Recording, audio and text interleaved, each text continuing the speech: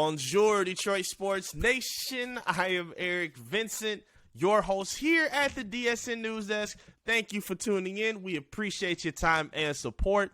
And as you can see, I've been working on my French this week in preparation of today's game for the Detroit Pistons as they took on the Chicago Bulls in a road but home game out in Paris, France.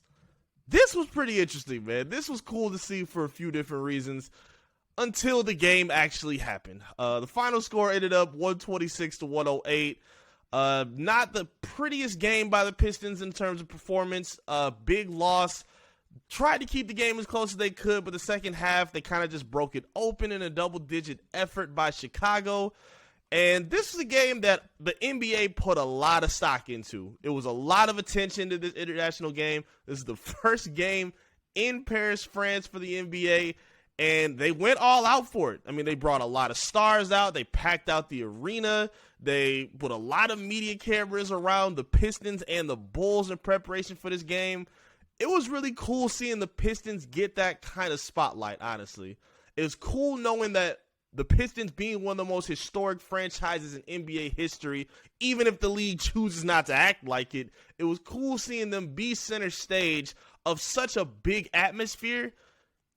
Just wish it could have been matched up with the game. I mean, it was so many cool fans, so many stars in the crowd. It was Magic Johnson, legendary Pistons like Ben Wallace. I think Isaiah Thomas was there. Lindsey Hunter was a part of the broadcast. Rip Hamilton got an introduction.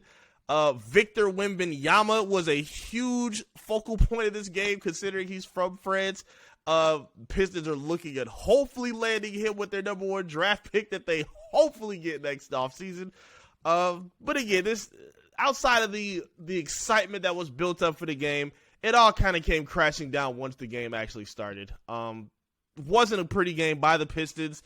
Let the Bulls shoot 54% from the field. 50 of 92 from the field for Chicago. Didn't get a whole lot of pressure and opposition from the Pistons. They played a very small starting lineup today, and it really didn't work in the Pistons' favor in any way, shape, or form. Sorry about that, bro. But it wasn't good for the Pistons today, man. Let up a 30-piece from Zach LaVine, 26 from DeRozan, a double-double from Vucevic, who's starting to get, readjusted and rejuvenated with Chicago. 16 points, 15 rebounds for him, and he was just coming off a 43-point performance recently. I mean, Chicago, despite what their record may be, Chicago's a good team. I kind of wish, at least for their benefit, I wish they had Lonzo Ball so they could be seen at full strength, because I think this could be one of the more dangerous contending teams in the Eastern Conference if they were at 100% strength. And they pushed the Pistons all day long in a game where the Pistons really just looked overmatched the whole game. It wasn't close. It wasn't pretty to watch. Even if the score was close, it didn't feel like it while watching it.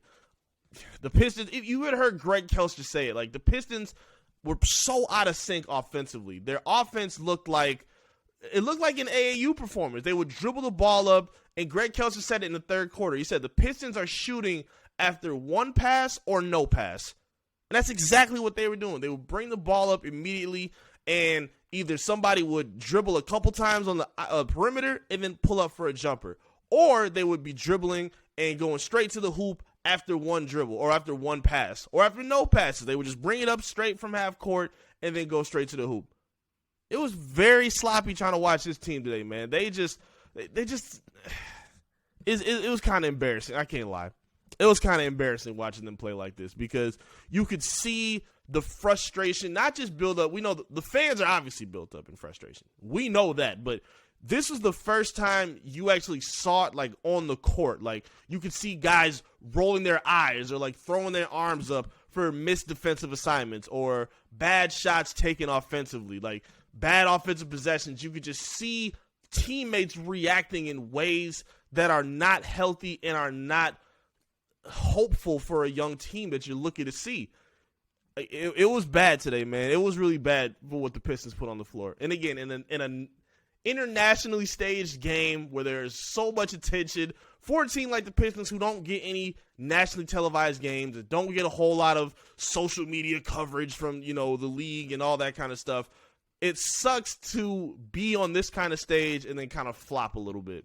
This is not what you wanted to see from the Pistons. Again, I can tolerate losing from a young, rebuilding team, but to see them lose in these kind of efforts where their offense just looks ridiculously stagnant and ISO-dependent, where their defense is just sporadic and they're not communicating and guys are not in the right positions.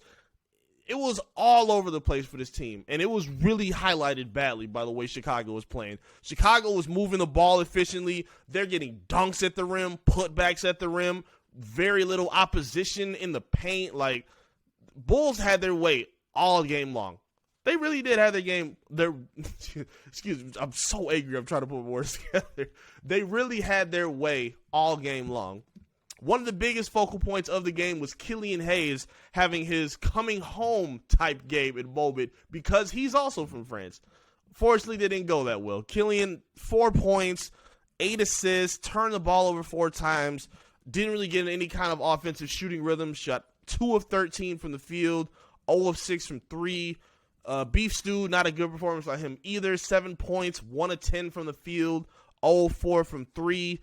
The Pistons got some pretty good performances by Bojan Bogdanovic with 25 points, 9 of 19 from the field, 16 points from Sadiq Bey, and a bit of an inefficient shooting night, 6 of 17 from the field and 9 rebounds on top of that. Hamidou Diallo was 17 off the bench. Jaden Ivey was 16 in the starting lineup.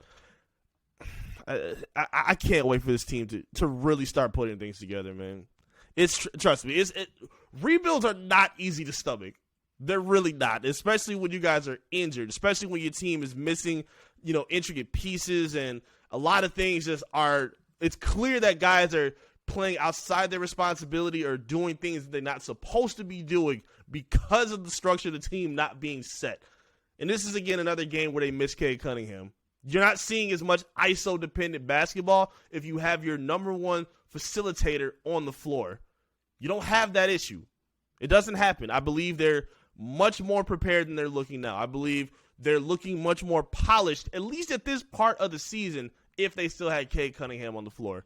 And you're not seeing it. You're just seeing guys kind of playing for themselves, playing ISO basketball, playing hero ball for themselves. It looks like they're just playing motivated for their own individual style. And I'm not saying that's what they're thinking, but the way that they play is what it looks like. And when you got guys that are just coming down, just dribbling, doing their own thing, pulling up immediately, pulling up early in the shot clock, kind of blowing and wasting possessions, it becomes hard to watch and follow.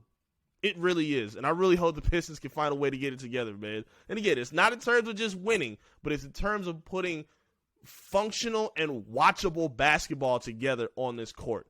And even without Cade Cunningham, they should be able to do that. They have more than enough talent. Jalen Duren was back in the lineup today, got a double-double off the bench. They have enough pieces to where they should be able to look functional on certain nights. Maybe not every night, but more often than not. This is at least what you want to see. That you can't have them coming out here looking like the Houston Rockets every time. Looking disorganized, playing one-on-one ball, not knowing their assignments, not knowing how to help play for their teammate. You're seeing that way too often with this team. Hopefully the Pistons wake up soon because it's getting downhill fast. And again, it's a long rest of the season. We're only midway through January. But hopefully it at the very least lands with the superstar in the making that we saw in the audience, Mr. Victor Wembanyama. We try to get him later here in Detroit. Talk to us in the comment section. I'd love to hear your feedback about this game. If you watched the Pistons today, what were your thoughts about the matchup today against the Bulls? What do you want to see change with this team? What do they need to develop to make you interested again? Talk to me. I'd love to hear your feedback. Make sure you like the video and subscribe to the channel as well if you're new to the channel. Help us ramp up and get on our way to our milestone of 6,000 subscribers. Help us make that happen with your support. We would greatly appreciate it. Make sure you tap in on our social media as well. Facebook, Twitter, Instagram, TikTok, all of the above. Search and follow Detroit Sports Nation. And lock in with me as well at I am Eric Vincent. Thank you again for tuning in and being here. We greatly appreciate your support. I'll see you again soon right here with another update right here from the DSN News Desk. Peace.